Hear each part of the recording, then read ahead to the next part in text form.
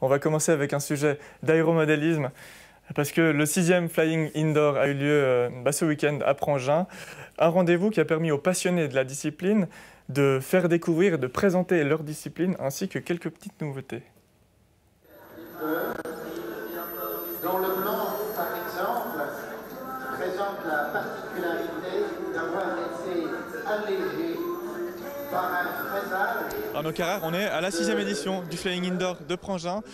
Le Flying Indoor, c'est avant tout du modélisme. Est-ce que tu peux nous expliquer en quelques mots ta passion, le modélisme? Oui, bien sûr. Donc, là, le Flying Indoor est un meeting d'aéromodélisme en salle. Donc, c'est une discipline à part entière. Donc, lors de ce week-end qui est ouvert au public, nous proposons des démonstrations d'avions télécommandés, d'hélicoptères et de drones FPV. Voilà, aujourd'hui, c'est vraiment pour le plaisir, c'est pour montrer au public ce qu'on peut faire en matière de modélisme.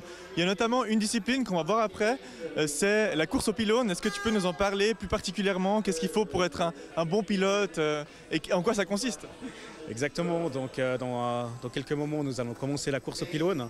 Donc le but constitue de faire 10 tours le plus rapidement possible autour des pylônes avec nos avions. Nous serons 5 en l'air. Alors justement, ces avions, ce sont des avions spéciaux pour l'occasion parce que chaque année au Flying Indoor, il y a un thème et cette année c'est tombé sur les jeux vidéo.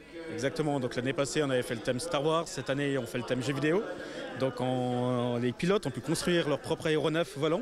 Donc voici une des constructions faites par un des pilotes qui est un Yoshi volant type Mario Kart. Donc là l'appareil peut rouler et voler. Le but de la course aux pylônes, comme je l'ai dit, c'est d'aller le plus rapidement possible et d'éviter les autres, ce qui est aussi compliqué.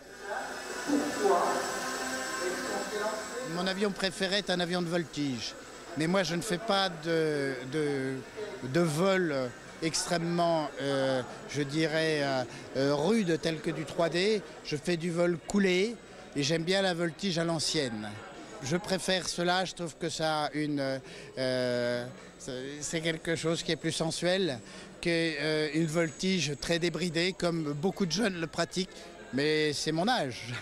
Voilà, on l'aura compris, l'aéromodélisme, c'est différents types d'avions, différents types de conduite aussi, et puis c'est une passion avant tout. Le Flying Indoor de Prangin, c'est pas seulement des avions, c'est aussi des drones FPV, une nouvelle discipline qui a été ajoutée cette année au programme. Julien, tu es le responsable de la section. Qu'est-ce que c'est que le drone FPV? Alors le drone FPV, c'est un petit peu comme les drones qu'on trouve dans le commerce. Juste qu'il y a des changements qui ont été faits. Donc on a ajouté une petite caméra sur le drone, un petit émetteur et on a enlevé toute l'électronique comme le GPS qui n'est pas nécessaire pour faire des courses. À partir de ce moment-là, on a allégé toute la machine pour pouvoir avoir plus de vitesse et faire des courses. On reçoit exactement comme si on était un pilote dans des lunettes avec un récepteur et on a les lunettes et on a l'impression d'être comme dans le siège du pilote pour pouvoir un petit peu piloter ces machines. Aujourd'hui, on a créé ce parcours qui est derrière moi. C'est un parcours avec chronométrage. Donc le but du jour, c'est qu'on puisse avoir le meilleur temps autour, un petit peu comme la Formule 1, mais avec des plus petites machines.